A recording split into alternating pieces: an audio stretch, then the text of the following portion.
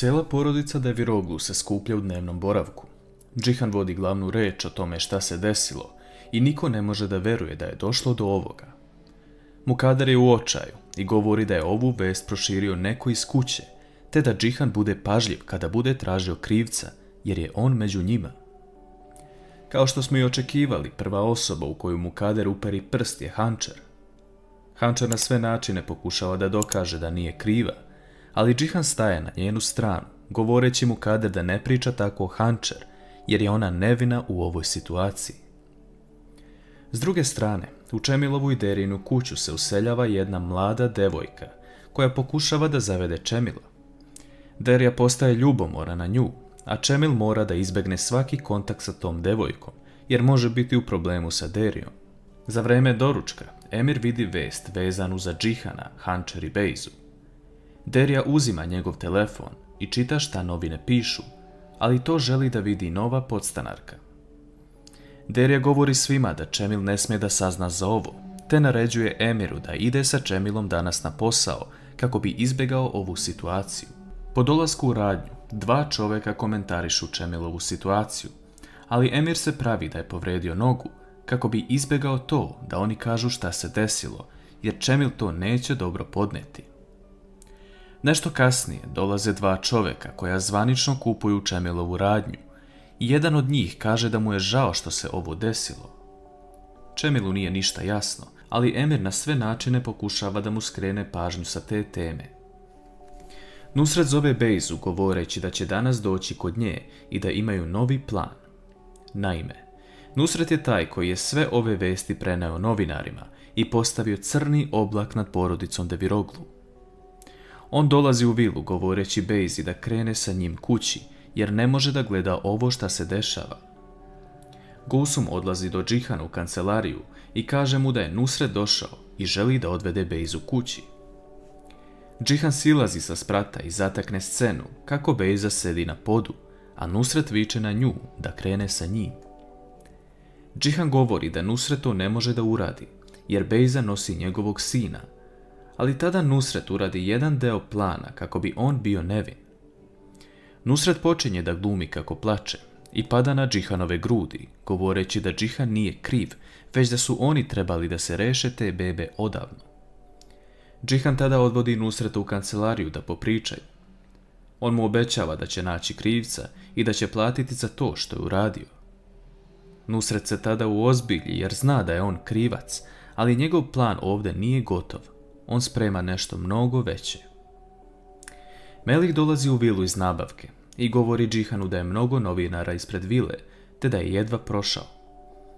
U tom trenutku se pojavljuje Engin koji vidi da je situacija otišla predaleko, te da sada moraju preduzeti druge mere.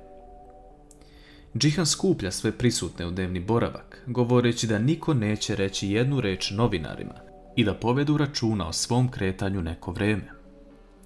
Engin vozi Džihana i Nusreta u automobilu, ali ispred vile mnoštvo novinara traži intervju i slika Džihana u automobilu. Nakon dolaska u kancelariju, Engin govori Džihanu da ova stvar može postati još gora ako se sazna da je Bejza trudna i nosi vanbračno dete. To bi ugrozilo porodicu Deviroglu još više. Čak su i zaposleni u firmi počeli da gledaju Džihana kao stranca.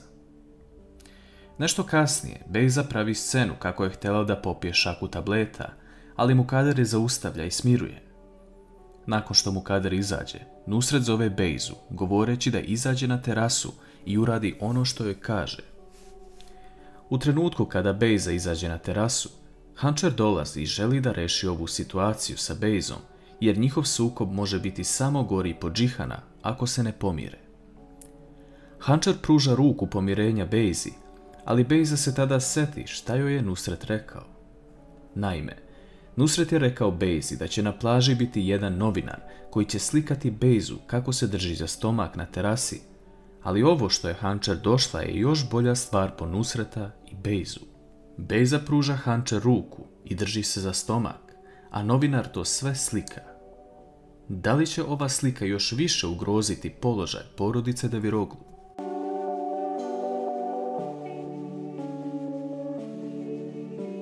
Bejza u jednom trenutku govori Hančer da ih novinar fotografiše, Hančer brzo odlazi do Meliha, govoreći mu da ih je čovjek fotografisao sa plaže i da ga stigne.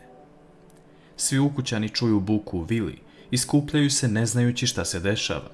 Hančer i Bejza govore da ih je fotograf slikao i sada će svi znati da je Bejza trudna. Nusretov i Bejzin plan ide nikada bolje, ali verujemo da ovo nije zadnja vest koja će izaći u javnost. Melih ne stiže novinara i sada svi planovi padaju u vodu. Džihan dolazi odmah potom u vilu, te govori da mu nije jasno zašto su se one rukovale kada su do danas bile u lošim odnosima.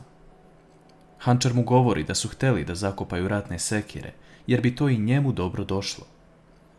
U međuvremenu, u vilu dolaze i Yasemin i Engin. Njih dvoje daju neizmjernu podršku porodici Deviroglu, ali ovaj put mislimo da nema izlaza. Džihan i Engin odlaze u radnu sobu, a Yasemin ispituje Bejzu u vezi njene trudnoće. Bejza izbjegava sva pitanja, pa čak izmisli ime doktora kod kojeg ide na kontrole. Na Bejzino pitanje da li je doktor dao izveštaj kontrole, Bejza odgovara da nije, već je samo rekao da je sve u redu. Ona tada odlazi u sobu navodno da odmori, ali Yasemin je još više zbunjena ovom situacijom. S druge strane, Dilara, nova podstanarka u Derinoj i Čemilovoj kući, dolazi iz grada sređena. Derija cijelo vrijeme posmatra Čemila za stolom dok večeraju, jer je ljubomorna na njega, zato što Dilara govori kako se Derija usrećila sa mužem. Ovdje gledamo jednu smiješnu situaciju, nakon toliko loših stvari koje se dešavaju u porodici Deviroglu. Sutradan, u porodici Deviroglu dolaze novi problemi. Naime, Mine ne želi da ide u školu, zato što je društvo počelo da je ismijeva zbog vesti koje su izašle. Džihan vidi da ova stvar već ide predaleko i mora se potruditi da je reši. U međuvremenu, na vratima vile se pojavljuje Mahmud, Sinemin otac, koji uz poštovanje govori Džihanu da želi da odvede svoju ćerku i unuku iz vile, jer ne želi da Mine odraste u ovakvom okruženju. Džihan ne može ništa loše da mu kaže, jer je Mahmud u pravu. Sinem sustiže Mahmuta po izlasku iz vile, govoreći da će Džihan rešiti ovu situaciju, ali Mahmud stoji iza svojih reči, govoreći da on nije došao nikoga da uvredi, već ne želi da ukalja obraz svoje porodice. U toku dana, Čemil dolazi u Džihanovu kancelariju u kompaniji, ali Džihan misli da on došao zbog vesti koja se pročula. Međutim, Čemil mu donosi novac koji mu je Džihan pozajmio za otvaranje radnje i govori da je sada dug vraćen i nema potrebe više da se sastaju. Po povratku nazad, Čemil staje do jedne radnje, a ljudi sa kojima se godinama družio mu govore da nisu znali da je on takav čovjek. Čemilu nije ništa jasno, ali tada mu jedan od njih pokazuje vesti i istinu u vezi njegove sestre. Čemilu tada bude loše i on pada u nesvest, a jedan dečak to prenosi Deriji, koja trči da vidi šta se desilo. Derija javlja Hančer da je Čemil u bolnici i da mora odmah doći. Hančer se sprema i krenuvši u bolnicu Mukader je zaustavlja, govoreći da ne sme nigde da izađe, jer je tako Džihan naredio. Hančer ne sluša Mukader, te se okreće i odlazi. Međutim, Bejza javlja Nusretu da njegov plan ide odlično i da je Čemil ostao u bolnici. Nusret govori da će sada uraditi još jedan korak koji je dovoljan da sve ode u njihovu korist. Sinem prenosi Džihanu da je Čemil ostao u bolnici i da je Hančer otišla kod njega u posjetu. Džihan odmah kreće na lice mesta. Po dolasku u bolnicu, Hančer odlazi kod Čemila u sobu, ali on ne želi da je pogleda, te govori Deri da je odvede napolje. Hančer vidi da njen brat ne želi da priča sa njom, te izlazi iz bolnice, govoreći Deri da joj prenese stanje. U tom trenutku se jedan novinar pojavljuje ispred Hančer, govoreći da ako otkrije istinu, objavit će to u štampi i njihova porodica će živjeti mirno.